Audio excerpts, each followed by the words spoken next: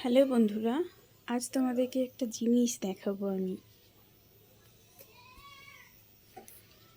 এই যেটা দেখছো,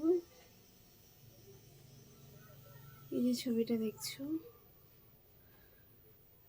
এটা আমি এই দেখো একটু কাছে নিয়ে গিয়ে দেখাই। অনেকে ভাবতে পারে তো যে আঁকাটা আমার নয়।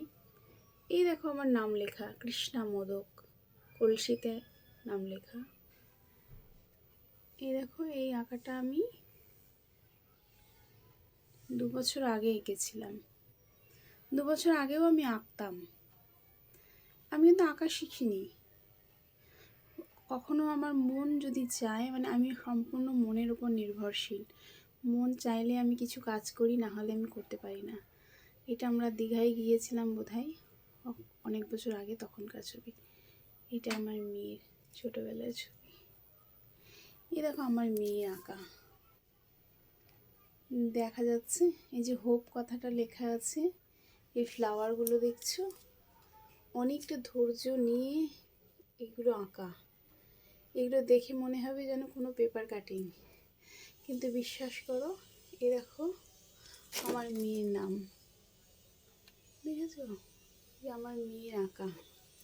ঠিক আছে, অনেকে অনেক কিছু বলতেই পারে, মানুষের চামড়ার মুখ তো, যার যেটা মনে হয় বলে ফেলে, কিন্তু বাস্তবটা সে জানতে পারে না, না জেনেই বলে। আর একটা জিনিস দেখাই, এ দেখো এই দুটো কিন্তু দুটো আলাদা ছবি। এটা আলাদা, রিসেন্ট আমি মনে হয় স্টোরিতে দিয়েছি। এটা আলাদা আর এটা আলাদা ছবি, ঠিক আছে? এরকম অনেক আঁকা আমি আমার অফিসের যারা আমাদের সিনিয়র ছিলেন, তাদেরকে ফেয়ারওয়েল দেওয়ার সময় নিজের হাতের আঁকা আমি এরকম করে বাঁধিয়ে দিয়েছি। জানি না তারা তাদের ওয়ালে যত্ন করে টাঙিয়ে রেখেছেন নাকি ডাস্টবিনে ফেলে দিয়েছেন, সেটা তাদের ব্যক্তিগত ব্যাপার। কিন্তু আমি তাদেরকে আমার নিজের হাতের আঁকা গিফট করেছি। আগামী দিনেও হয়তো করব, এরকম চিন্তাভাবনা আছে। তবে আমি বছর দেড়েক ধরে আর আঁকা লেখা সবই বন্ধ করে দিয়েছি। এই দুটো ছবিকে না বাঁধাতে দিয়েছিলাম আলাদা আলাদা করে। তো যে বাঁধিয়েছেন যে ভাইটি, সে এক জায়গায় দুজনকে রেখে একই সাথে একটা ফ্রেমের মধ্যেই বাঁধিয়ে দিয়েছে। তো যাই হোক, এই হচ্ছে ব্যাপার। কেমন লাগছে আমায় জানিও আমার আঁকা। আর কি বলবো, এই দেখো আঁকার সরঞ্জাম সব পড়ে আছে, কিছুটা নিয়ে বসেছিলাম, পারি না, আর ভালো লাগে না, মানে ধৈর্যের বড় অভাব। এখানে আরও কিছু আঁকার জিনিস ছিল, সেগুলো এই মুহূর্তে দেখাতে পারছি না। প্রচুর পেন সব কিছু।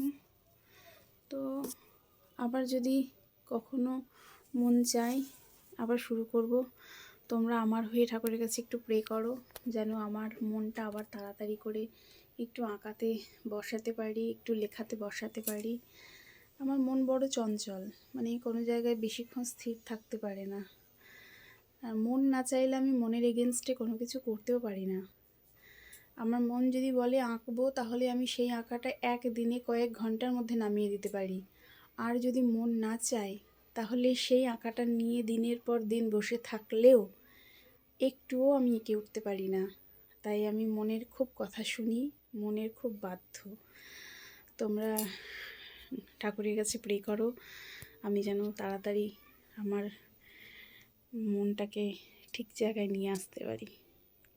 কেমন লাগলো আমার আঁকাগুলো অবশ্যই জানিও।